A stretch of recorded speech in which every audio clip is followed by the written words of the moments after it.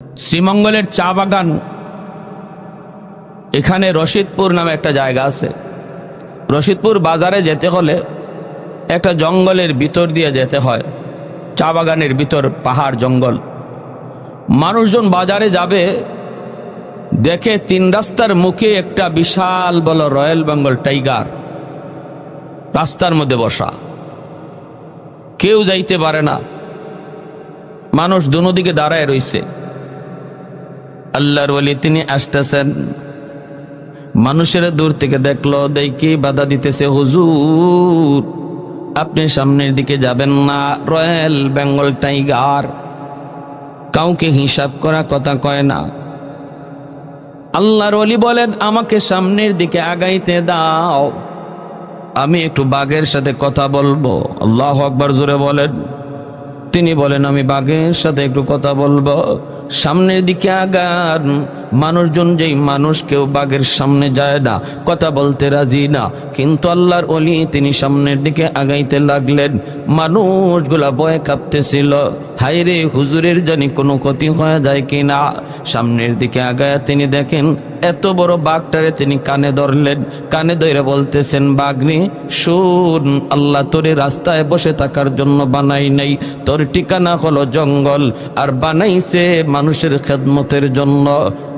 আদ-দুনিয়া খুলিকাত লাকুম ওয়া আনতুম খুলিকতুম লিল আখিরাহ। কায়নাত আল্লাহ বানাইলো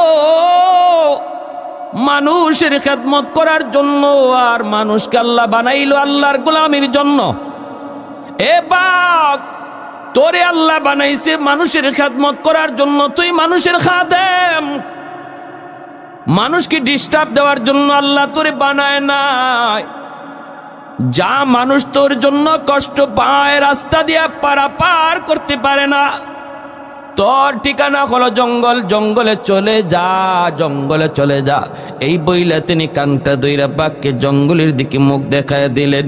উপস্থিত হাজারো মানুষজন তাকায় তাকায় শুধু দেখলো আল্লাহর ওলি বাঘকে জঙ্গলের দিকে দেখায় দিলেন। আর এত বড় বাঘটা সে জঙ্গলের দিকেই যাচ্ছে, লেজ নাড়াইয়া নাড়াইয়া বোঝায়, ও আল্লাহর ওলি আমি আপনাকে চিনে ফেলেছি, আমি আপনাকে চিনে ফেলেছি। কিছু নির্বোধ মানুষরা যদি আপনারে নাও চিনে, কিছু অবুঝ মানুষ যদি আপনার কদর না করে, আপনি যে আমার নবীর নায়েব, আপনি যে আমার রসুলের নায়েব, আপনি যে কত বড় বুজুর্গ, কত বড় আল্লাহওয়ালা, আমি বাঘ আপনাকে চিনে ফেলেছি। অতএব আপনি আর আমাকে আদেশ করা লাগবে না, আঘাত করা লাগবে না। লেজটা নারায় নারায় বাঘ নিজে নিজে বুঝাইল সে আল্লাহর ওলিকে চিনছে। চলে গেল। মুজাদ্দিদ আল-ফিসানি রহমতুল্লাহি আলাইহি বাদশাহ আকবর জেলখানার ভিতরে বন্দী করল। আকবরের দ্বীন এলাহির বিরুদ্ধে তিনি ফতোয়া দিলেন, কুফরি মতবাদ, কুফরি মতবাদ। বাদশাহ আকবর মুজাদ্দিদ আল-ফিসানি রহমতুল্লাহি আলাইহি জেলখানায় বন্দী করে দিল।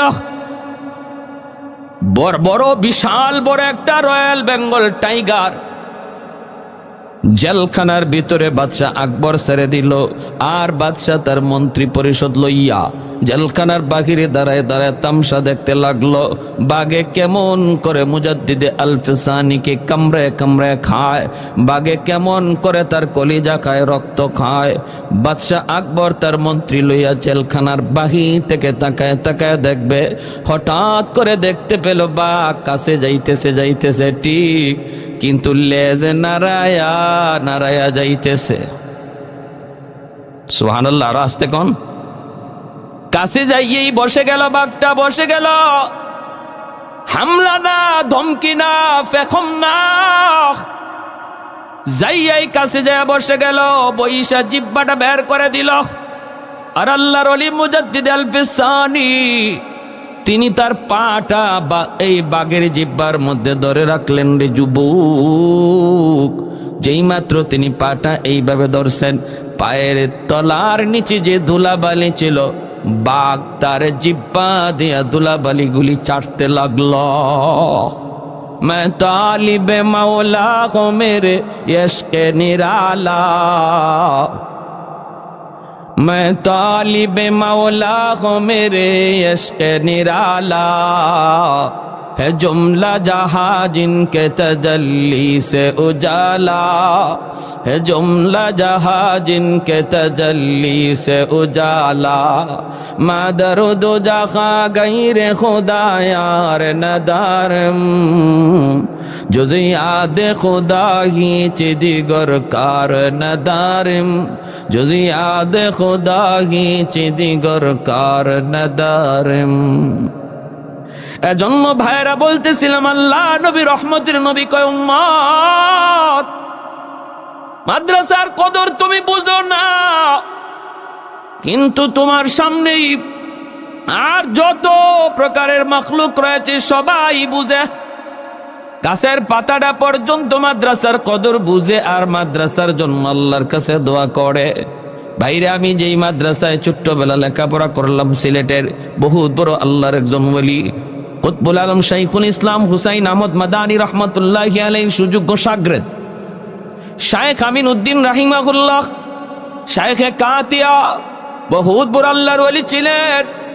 এত বড় বুজুর্গ প্রতি রাতে মাদানী রহমতুল্লাহি আলাইহিকে স্বপ্নে দেখতেন, আর স্বপ্নের বিবরণ ফজরের পর নামাজ পড়া মিম্বরে বৈশা আমাদেরকে স্বপ্নের কথা শোনাইতেন।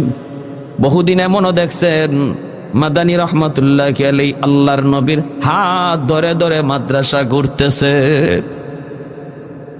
ভাইরা বন্ধুরা, আল্লাহর ওলি জীবনে কোনদিন কোন মুসলমান মিথ্যা কথা বলতে পারে এই কথাটা উনারে বোঝানোই যাইতো না। সুবহানাল্লাহ কন্যা। কেউ যদি যায় কইতো হুজুর এ যে আপনার কাছে কথাটা বলছে এটা মিথ্যা কথা, তখনই ধমক দিয়ে উঠতেন, বিয়াদব, মুসলমান আবার মিথ্যা কথা কয় কেমনে?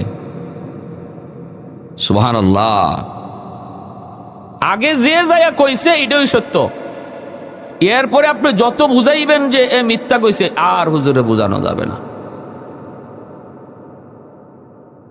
এত বড় মুজাহিদ ছিলেন, এত বড় আল্লাহর ওলি ছিলেন, যেখানে এক্সিবিশন হইতো, যেখানে যাত্রার আয়োজন হইতো, ওখানেই তিনি রাত 2টা না 3টা, ঝড় না তুফান কিছুই বুঝতেন না, একা তিনি যা হাজির হয়ে যাইতেন। সিলেট শহরে একবার ওনার যৌবন কাল ডিসির অনুমতি নিয়ে শহরের উপরে বিশাল বড় এক্সিবিশন, বিশাল বড় প্যান্ডেল, গায়িকারা আসবে, নায়িকারা আসবে, গান গাবে, ড্যান্স হবে। ডিসির পারমিশন নিয়ে তারা এই অনুষ্ঠান করেছে, লক্ষ লক্ষ টাকার টিকিট বিক্রি করলো। উলামায়ে কেরাম একদিকে মঞ্চ তৈরি করলেন, না গান হতে দেব না, কিন্তু যাবে কে, সামনে যাবে কে? গেইটের দুদিকে পুলিশ, গেইটের দুদিকে পুলিশ এইরকম বন্দুকের নল তাক করে দাঁড়ায় আছে, এমনকি গুল্লির অর্ডার পর্যন্ত দেওয়া হয়েছে ডিসির পক্ষ থেকে, কেউ যদি বাধা দিতে আয় তাহলে গুলির অর্ডার। কেউ যায় না, উলামায়ে কেরাম সাহস করে না, কিন্তু জমায়েত হয়ে গেছে হাজার হাজার উলামায়ে কেরাম, তৌহিদি জনতা।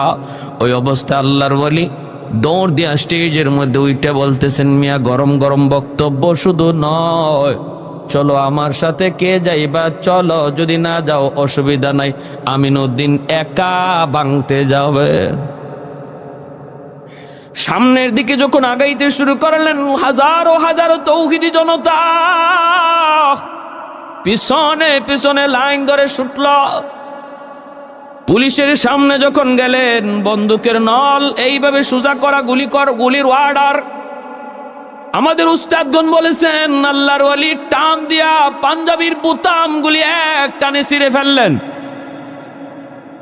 নিজের সিনাটা দেখা বলেন, গুলি করো নইলে রাস্তা ছাড়ো। আল্লাহু আকবার জোরে বলেন, গুলি করো নতুবা রাস্তা ছাড়ো।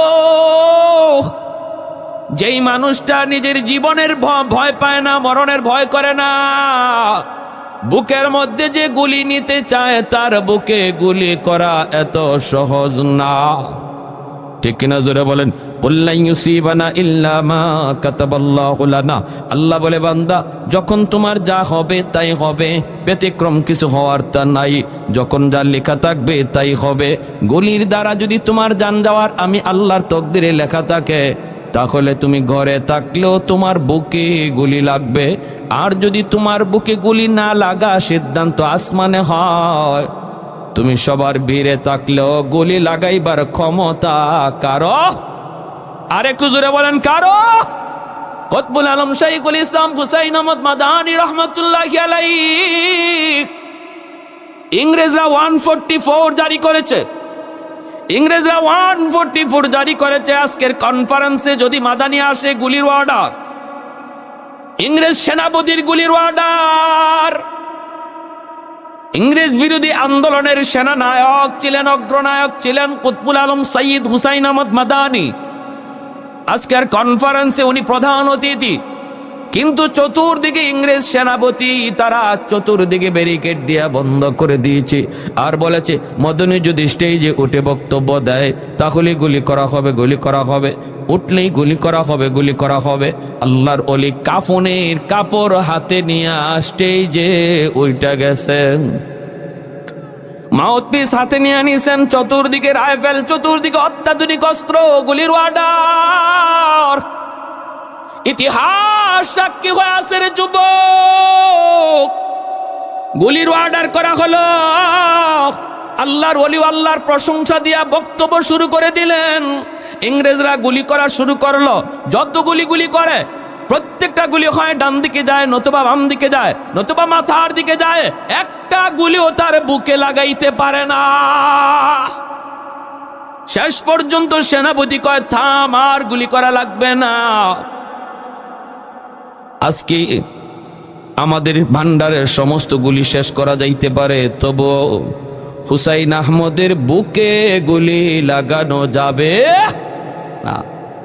এজন্য যেই মানুষটা বুকে গুলি নিতে চায় তার বুকে গুলি করা এত সহজ হয় না।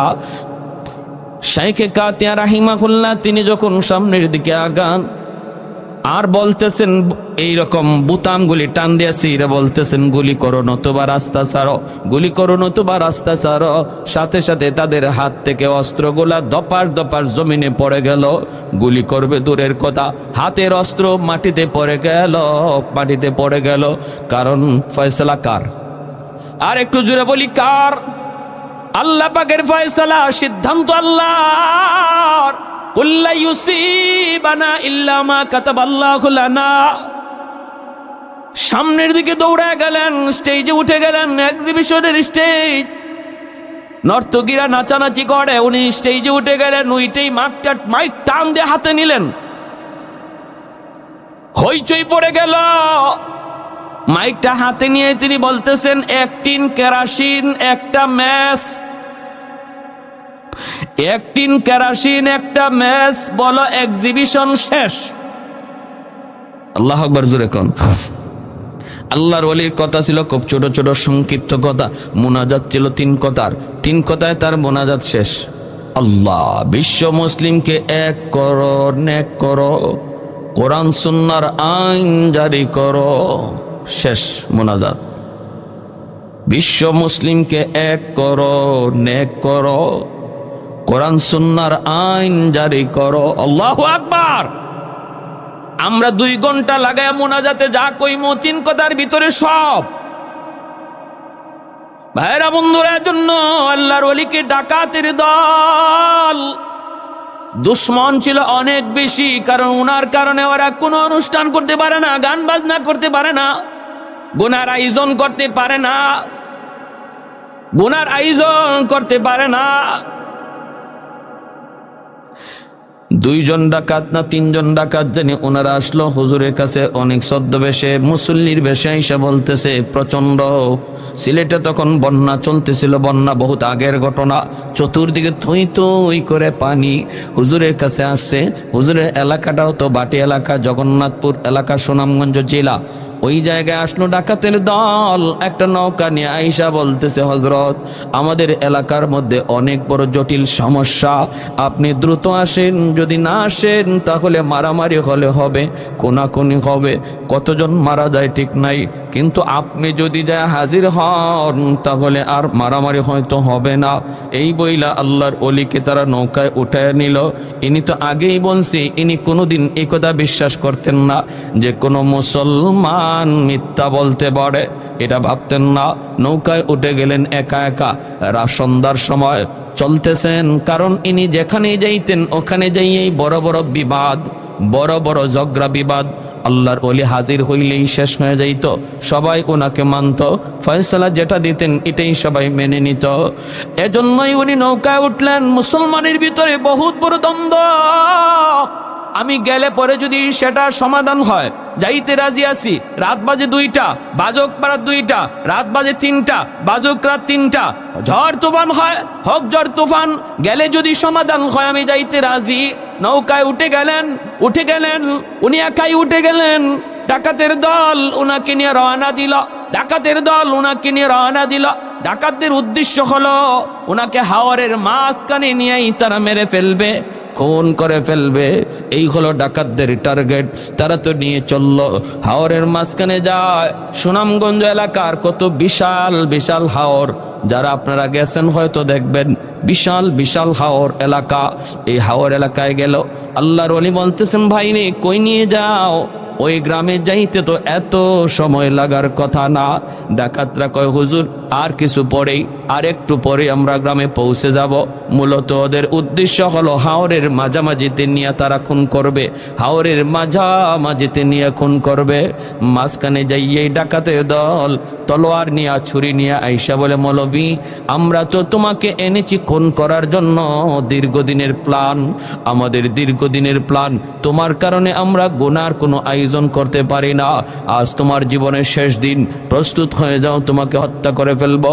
আল্লাহর ওলি একা, তখন তিনি বলতেছেন, ভাই রে দুনিয়ায় এসেছি একদিন, যাব তো একদিন, কেউ থাকতে আসি নাই, তবে আমার যাওয়ার আগ মুহূর্তে 2 রাকাত নামাজ আমারে পড়তে দাও। আল্লাহু আকবার, আমাকে 2 রাকাত নামাজ পড়তে দাও, 2 রাকাত নামাজ। ওরা বলে, ঠিক আছে আপনি নামাজ পড়তে চান, নামাজ পড়েন। আল্লাহর ওলি নৌকার মধ্যে নামাজে দাঁড়ায় গেলেন। দাঁড়াইতে তো পারেন না, বসে বসে নিয়ত করে নামাজে দাঁড়ায় গেলেন। যেই মাত্র নামাজে দাঁড়াইলেন, বলুন তো মুমিন নামাজে দাঁড়াইলে সম্পর্ক কার সাথে হয়? কথা কার সাথে চলে?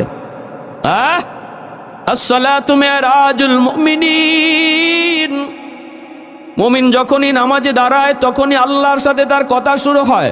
যখনই কয় আলহামদুলিল্লাহ, আলহামদু সমস্ত প্রশংসা, আল্লাহ পাক তখন বলেন মানিল হামদ, কার জন্য তুমি প্রশংসা করো? কয় আল্লাহ। আল্লাহ তখন কয় মানিল্লাহ, কে তোমার আল্লাহ? কয় রব্বুল আলামিন। আল্লাহ তখন কয়, কে রব্বুল আলামিন? কয় আর রহমান আর রাহিম, যিনি রহমান তিনি রাহিম। আল্লাহ তখন কয় মানির রহমান মানির রাহিম। বান্দা নামাজের ভিতরে কয় মালিক ইয়াউমিদ্দিন, যিনি কিয়ামত দিবসের মালিক। এতক্ষণ পর্যন্ত আল্লাহ নিজের পরিচয় দেন না। মালিক ইয়াউমিদ্দিন পর্যন্ত আল্লাহ বা তার নামাজি বান্দারে নিজের পরিচয় দেয় না। আল্লাহ অদৃশ্য, থার্ড পারসন।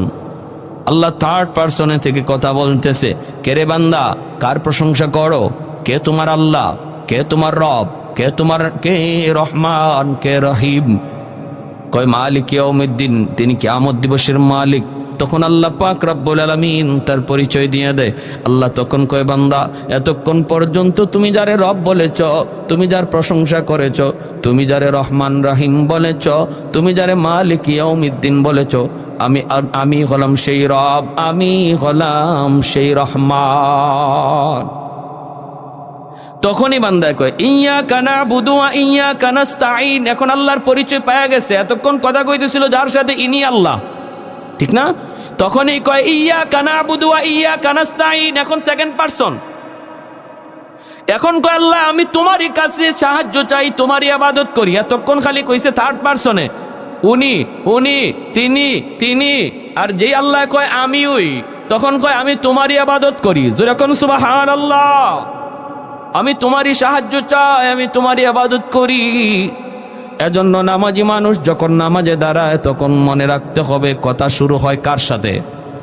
অতএব মনোযোগ অন্যদিকে দেওয়া যাবে, দোকানের চিন্তা করা যাবে, ঘরের চিন্তা করা যাবে, দোকানের হিসাব মিলানো যাবে না। না, সাবধান, মনে রাখবা নামাজি মানুষ যখন নামাজে দাঁড়ায় তখন শয়তানের স্পেশাল একটা বাহিনী হাজির হয়ে কয় উস্কুর কাজা, উস্কুর কাজা, উস্কুর কাজা। তুই তোর দোকানের কথা ইয়াদ কর, তুই তোর ব্যবসার কথা ইয়াদ কর, তুই তোর ঘরের কথা ইয়াদ কর, সন্তানের কথা ইয়াদ কর, বিবির কথা ইয়াদ কর।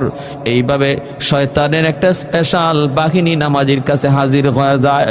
ভাইয়েরা বন্ধুরা, তখন কিন্তু একটু মনে রাখতে হবে এই কাজটা শয়তানি করাইতেছে।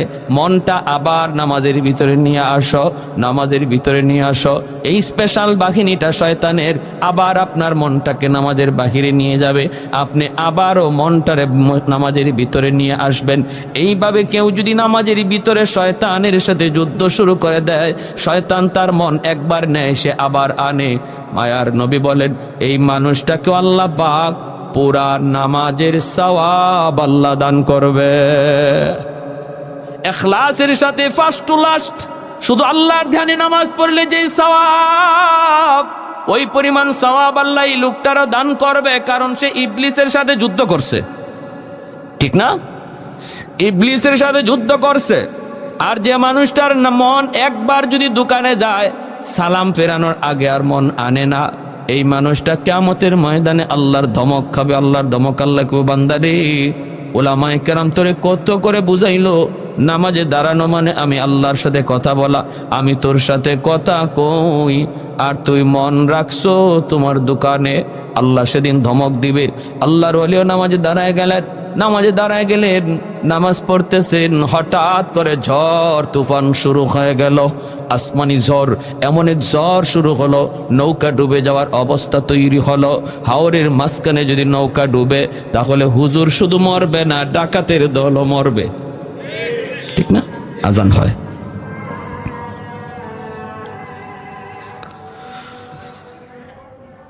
কেউ যাব না, আর কিছুক্ষণের ভিতরে বয়ান শেষ হবে ইনশাল্লাহ।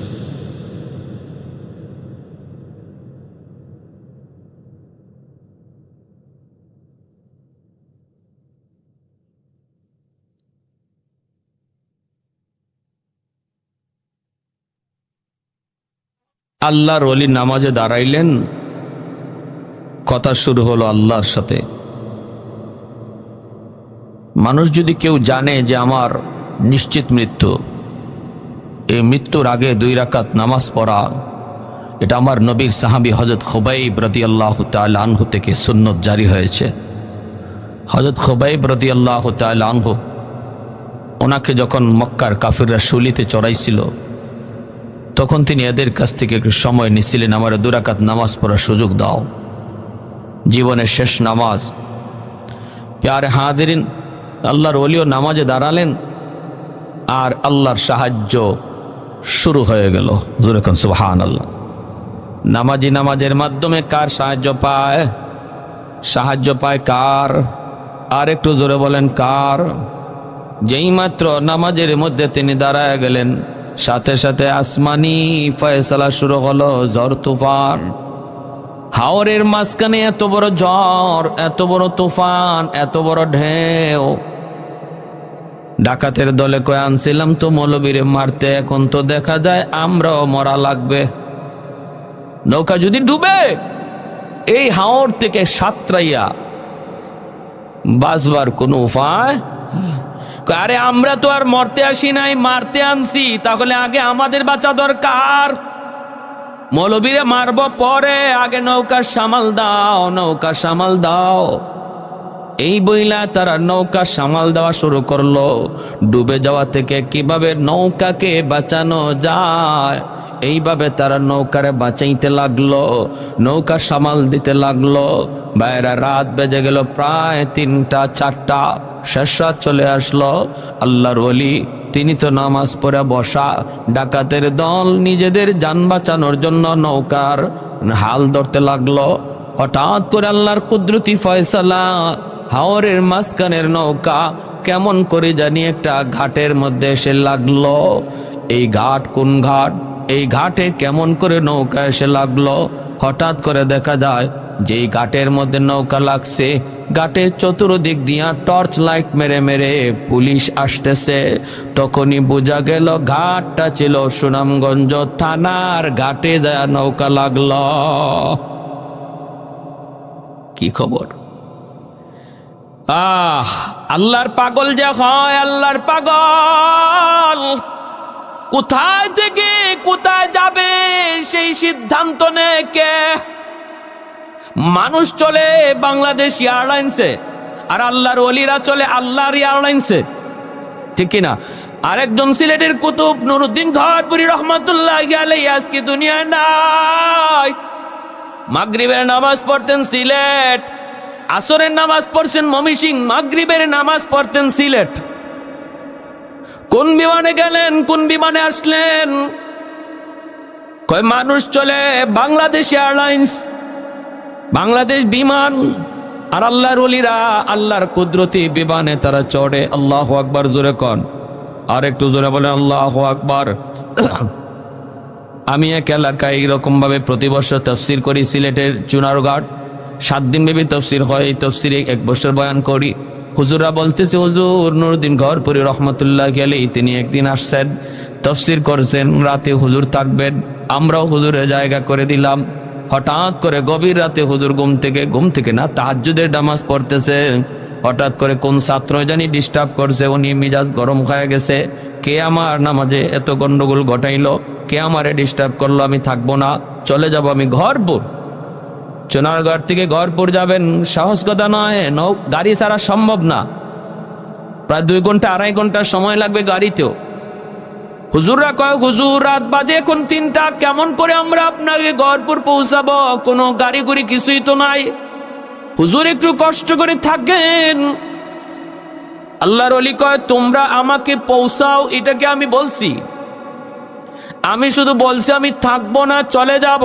ফজরের নামাজের পর আমার বুখারীর দরস আছে, আমি বুখারী শরীফ পড়াবো ফজরের পর, আমার যেতেই হবে। হুজুর কেমনে যাবেন? কয় এটা কি তোমাদের বলতে হবে? মাদ্রাসার দোতলা থেকে নেমে তিনি রাস্তায় চলে আসলেন।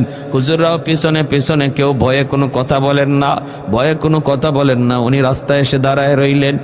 গাড়ি ঘোড়া তো নাই, রিক্সা পর্যন্ত নাই, কোনো ভ্যান গাড়ি পর্যন্ত নাই, কিছুই তো নাই। হুজুররাও কেমনে হুজুরে পাঠাবেন, সবাই পিছনে দাঁড়ায় রইছেন আর কাঁপতেছেন ভয়ে। এখন কি করি? আবার যদি বলি হুজুর একটু রেস্টে আসেন, তাহলে মারতেও পারে, হুজুরে হাতে লাঠি দিয়ে বাড়িও দিতে পারে। কয় তাহলে এখন কি করি? হঠাৎ করে দেখা যায় ওই দিক থেকে একটা সাদা রঙের প্রাইভেট কার শা ডাকায়া হুজুরের সামনে হাজির হইয়াই হুজুরকে সালাম দেয়। পাগড়ি পরা ড্রাইভার, সাদা পোশাক, সাদা পাগড়ি, গাড়িটাও সাদা, শা ডাকায় আসলো। এই সেই গাড়িটা থামায়, আসসালামু আলাইকুম ওয়া রাহমাতুল্লাহ, হযরত গাড়িতে উঠেন। কোনো কথা নাই, কোনো বার্তা নাই, কোনো আওয়াজ নাই। কই যাইবেন, কি করবেন কিছুই না, বোঝা যায় আগের থেকে কন্টাক্ট হয়ে রইছে। এইবার হুজুররা বলতেছেন, আমরা অবাক হয়ে দেখতেছিলাম আর বলতেছিলাম, আমরাও তাকায় রইছি দেখি ড্রাইভারে চিনি কিনা। এই ধরনের গাড়ি আমরা আমাদের চুনারঘাটে কোনোদিন দেখি নাই। এইরকম ড্রাইভারের চেহারাও কোনোদিন আমরা চুনারঘাট আমাদের এলাকায় দেখি নাই। তখন আমরা তো ভয় পেয়ে গেলাম, কোথায় নিয়ে যাবে হুজুররা? হুজুরকে নিয়ে আবার ক্ষতি করে, হুজুরের আবার কোনো ক্ষতি হয়ে যায় কিনা। আমরা বলতেছিলাম, ভাই তুমি কে? ভাই তুমি কে? কোথায় তোমার গাড়ি থাকে? কোন গ্যারেজে থাকে? কে তুমি? বাড়ি কোথায়? আমরা প্রশ্ন করি, সে আমাদের দিকে তাকাই না, জবাব দিবে দূরের কথা, তাকাই না। হুজুর গাড়িতে উঠলেন, পিছন দিকে টান দিয়া হুজুর গাড়িতে বসলেন। আবার যখন জিগাই, সামনে দাঁড়ায় গেছি আমরা, যে আগে জানতে হবে গাড়ি কার, কই নিয়ে যাবে। যখন আবার প্রশ্ন করেছি, হুজুর লাঠি দিয়ে আমাদেরকে বলেন, এ মিয়া কারে কি জিগাও? তোমরা কারে কি জিগাও? ও কি মানুষ নাকি? ও জবাব দিবে ও তো জিন্নাত। আল্লাহু আকবার। কারে কি জিগাও? রাস্তা ছাড়ো। সবাই রাস্তা ছেড়ে দিল, শাঁ ডাকাত এই গাড়ি দিয়ে হুজুরকে পৌঁছায় দিল গহরপুর। হুজুররা ফোনে জানেন হুজুর ফজরের নামাজ গিয়া গহরপুর মাদ্রাসায় পড়ছেন, এর নামাজ পইরে আবার বুখারীর দরসে বসে গেছে। এজন্য আল্লাহ নবী কে উলামায়ে কেরামের কদর, মাদ্রাসার কদর, বাচ্চাগুলির কদর মানুষ তোমরা যদিও না বুঝো, দানব বুঝে, জিন্নাত বুঝে, পশু পাখি বুঝে, তারা উলামায়ে কেরামের কদর জানে। ছোট ছোট বাচ্চা তুমি দেখতেছো, ছোট বাচ্চা, কিন্তু তার কি পরিমাণ দাম এটা জমিন টের পায়। আল্লাহু আকবার জোরে কান। যেই মানুষটা, যেই বাচ্চাটারে আল্লাহ পাক রব্বুল আলামিন যার সিনাটাকে পছন্দ করেছে তার কালাম আমানত রাখার জন্য, হাজারো বাচ্চার ভিতর থেকে আল্লাহ পাক পছন্দ করে নির্বাচন করে কিছু বাচ্চাকে আল্লাহ পাক তার কালাম, তার সিনায় আমানত রাখার জন্য আল্লাহ পছন্দ করে। ওদেরকে আল্লাহ মাদ্রাসায় আসার তৌফিক দেয়। ওদের বাপমার কলিজাটার মধ্যে আল্লাহ পাক মাদ্রাসার মহব্বত ঢুকায় দেয়। ওই বাপমাই মাদ্রাসায় তারা বাচ্চাটারে নিয়ে হাজির হয়, কারণ এই বাচ্চাটা আল্লাহর তালিকায় মকবুল হয়ে আছে। তাহলে এই বাচ্চাটারে দাম দিয়েন, মহব্বত করবেন, ধমক দিবেন না, মৌলবী সাহেবকে ডাক দিবেন। এই ছোট বাচ্চাটা যে মাদ্রাসায় পড়তেছে তারাও মৌলবী সাহেবকে ডাক দিবেন, তারে আদর করে খাওয়াবেন, তারে ভালো মন্দ খাওয়াবেন। মনে রাখবেন একটা মাদ্রাসার তালেবে এলেমকে খাওয়ানো মানে মায়ার নবীর হাদিসের ভাষায় তুমি তারে খাওয়াইতেছ না, বরং এই বাচ্চার উসিলায় আল্লাহ তোমাকে আমাকে খাওয়ায়। যেই ঘরে যে বাচ্চাটা খায়, মায়ার নবীর হাদিসের ভাষায় এই বাচ্চার উসিলায় আল্লাহ ঘরের মানুষকে খাওয়ায়, কারণ সে কোরআনের পাখি, আল্লাহর তালিকায় সে মঞ্জুর। কিছু কিছু বিষয় আছে আল্লাহ নিজে নির্বাচন করে নিজের হাতে। নবী কে হবে সেটা আল্লাহর নির্বাচিত। আমলের মাধ্যমে নবী রাসূল হওয়া যায় না, ওলি হওয়া যায়। নবীর সাহাবী কারা হবে এটা আল্লাহর নিজের নির্বাচন করা। আমলের মাধ্যমে আব্দুল কাদের জিলানী হওয়া যায়, সাহাবী হওয়া যায় না। ঠিক তেমনি দুনিয়ার হাজারো লক্ষ বাচ্চাগুলির ভিতর থেকে কোন বাচ্চাটা আল্লাহর কালাম সিনায় নিবে এটাও আল্লাহর নিজের নির্বাচন করা, আল্লাহর নিজের হাতের নির্বাচন। এজন্য এই বাচ্চাগুলির কদর করবেন, মায়া করবেন, আদর করবেন। সে নিজের ইচ্ছা আসে নাই, আল্লাহ তারে আনাইছেন। সুবহানাল্লাহ। আমার ভাইয়েরা, এজন্য বলতেছিলাম ওই শাইখে কাতিয়া রহমতুল্লাহ আলাইহি ইনি রম করছেন, তখন হঠাৎ করে পুলিশ টর্চ মাইরা সামনে আসছে। আইসেই দেখে শাইখে কাতিয়া, ওনারে তো চিনে পুলিশ, সবাই। হযরত আপনি? ডাকাতের দল সাথে সাথে হুজুরের পা জড়ায় দিরা কয়, হযরত আমাদেরকে মাফ করেন, জীবনের জন্য আমরা অপরাধ ছেড়ে দিলাম, জীবনের জন্য আমরা গুনাহ ছেড়ে দিলাম, আজকে নিজের চোখে যা দেখছি। আল্লাহর ওলি বলেন, তাহলে কথা দাও আমার জীবদ্দশায় কারো কাছে এই কেরামতি বলবা না। কারণ খাঁটি আল্লাহর ওলি যারা, এরা নিজেদের কারামত কারো কাছে বলে না। কেউ যদি দেখে তারে বলতেও নিষেধ করে। আর বেজাল যেখানে আছে সেখানেই শুধু বড় বড় সাইনবোর্ড, বড় বড় ডিগ্রি, নাম খুঁজে পাওয়া যায় না ডিগ্রি ঠেলায়। আশিক রসুল, মাহবুবে খুদা, গাউসে হামদানি, কুতুবে রব্বানি, সারা শৈল্য সুলকানি, নাম কইরে কয় নাম লাগতো না, খালি টাইটেল ফর। ঠিক না? নাম লাগবো না, খালি টাইটেল ফর। 16টা টাইটেল, 32টা টাইটেল এখন ফিস সাহেবের নামের আগে। এটা আমরাও বুঝি, যত জায়গায় বেজাল্লে জিনিস এটার সাইনবোর্ড খুব চকচকা, ঠিক না? খাটে জিনিসের সাইনবোর্ড লাগে না। মধুপুরে পিসা বুজুর রাহিমাহুল্লাহ নামের আগে অত টাইটেল নাই, ঠিক না? সহজ সরল। এখন আল্লাহর ওলি কয়, তাহলে তোমরা কথা দাও কারো কাছে বলবা না। কয় ঠিক আছে হযরত, আমরা কথা দিলাম কারো কাছে বলবো না। আর আরেকটা আরজু হলো আমাদের বাকি জীবনটা আমরা আপনার খাদেম হইয়া কাটাতে চাই। পুলিশেরা কয়, হুজুর এরা কারা? আল্লাহর ওলি কয়, এরা আমার খাদেম। সুবহানাল্লাহ। পুলিশরা কয় হুজুরেরা কারা? ইনি কয় আমার খাদেম। আল্লাহর ওলি যতদিন জীবিত ছিলেন ওদেরকে কেউ চিনত না, খাদেম হিসেবেই ছিল। যেদিন দুনিয়া থেকে বিদায় হন এরপরে তারা তিনজন নিজেদের অতীতের ইতিহাস মানুষকে জানায়। কেমনে তারা এই লাইনে আসলো, কেমন করে হুজুরের খাদেম হলো? হুজুরের ইন্তেকালের পরে তারা এই ঘটনা মানুষকে জানাইছে, এর আগে জানাই নাই। মানুষ শুধু জানতো তিনজন হলো হুজুরের জানবাজ খাদেম। জানবাজ খাদেম হুজুরে জান দেওয়ার আগে ওরা জান দিতে প্রস্তুত। আল্লাহু আকবার। ওয়ানুনাজ্জিলু মিনাল কুরআন মা হুয়া শিফাউ ওয়া রাহমা ওয়া রাহমাতুল লিল মুমিনিন। এজন্য আমার ভাইরা বলতেছিলাম, এই চল গলগলিয়া মার্কাজুল উলুম মাদ্রাসাটা আপনাদের এলাকার জন্য রহমত, আপনাদের এলাকার জন্য রহমত। এই মাদ্রাসাকে যারা মায়া করবেন, মায়ার নজরে দেখবেন, আল্লাহ আপনার জিন্দিগিতে রহমত আল্লাহ নাজিল করবে। আপনার যত নিয়ামত আছে আল্লাহ নিয়ামত আল্লাহ বাড়ায় দিবে। মাদ্রাসা যদি না থাকে রহমতের দরওয়াজা বন্ধ হয়ে যাবে। কারা কারা রহমত জারি রাখতে চাই আল্লাহর? একটু হাত উঠে আল্লাহকে দেখাই। তাহলে মাদ্রাসার প্রতি বিদ্বেষ না মহব্বত? বিদ্বেষ না মহব্বত? এবং নিজের সন্তান, নিজের নাতি নসাকে মাদ্রাসায় দেন, নিজের সন্তানটারে দেন। হাসরের মাঠে আল্লাহ ওই হাফেজে কোরআনের বাপমার মাথায় নিজের হাতে আল্লাহ পাগড়ি পরাইয়া দিবে।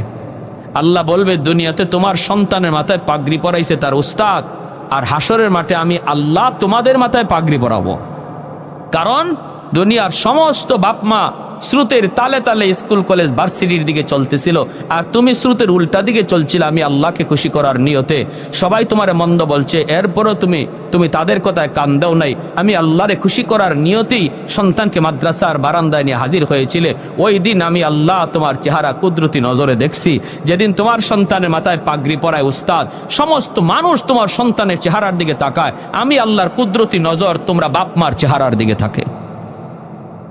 বাপমারে এত দাম, বাপমার এত দাম, এত সম্মান দিবে আল্লাহ হাসরের মাঠে। নবীর বাপমার মাথায় পাগড়ি পরানোর কথা আসে নাই, মুকুট পরানোর কথা আসে নাই, কিন্তু আলেম আর হাফেজ উলামায়ে কেরামের বাপমার মাথায় মুকুট পরানোর কথা আল্লাহ নবী বলেছেন। আল্লাহ পরাইবেন, মান কারা আল কুরআন ওয়া আমিলা বিমা ফিহি উলবিসা ওয়ালিদাহু তাজান ইয়াউমাল কিয়ামা দাউহু আহসানু মিন দাউইশ শামস। মায়ার নবী বলে, ওই মুকুটের পাওয়ার সূর্যের পাওয়ারের চেয়েও বেশি হবে। হাসরবাসী দেখবে কে সে এত বড় পাওয়ারফুল মুকুট নিয়ে হাঁটতেছে। কে চেনো না? ইনি মুফতি সাহেবের আব্বা, ইনি হাফেজ সাহেবের আব্বা, ইনি অমুক আলেমের মা। দুনিয়াতেও মানুষ তারে ডাক দিছে, ও মুফতি সাহেবের আব্বা, ও হাফিজ সাহেবের আম্মা কইয়া। হাসরের মাঠে আল্লাহ তারে ডাক দিবে, ও হাফিজ সাহেবের আব্বা। জোরে কর সুবহানাল্লাহ। নাম ধরে আল্লাহ ডাক দিবে না। একজন হাফেজে কোরআনের বাপমার নাম ধরে আল্লাহ হাসরের মাঠে ডাকবে না। আল্লাহ হাসরের মাঠে ডাক দিবে মুফতি সাহেবের আব্বা কইয়া, মা আলেমের আব্বা কইয়া, একজন হাফেজে কোরআনের মা কইয়া। আল্লাহ নাম না নিয়া এই লকব ধরে আল্লাহ হাসরের মাঠে ডাক দিবে। কারণ নবী বলেছেন, দুনিয়াতে মানুষ তারে যেই নামে ডাকছিল হাসরের মাঠে আল্লাহ এই নামেই ডাক দিবে। তাহলে সন্তান মাদ্রাসায় দিলে লস না লাভ? লস না লাভ? যদি সুযোগ না থাকে, দাদা যদি হয় নাতিরে ভর্তি করব, পারবো না ইনশাল্লাহ, নাতিরে ভর্তি করব।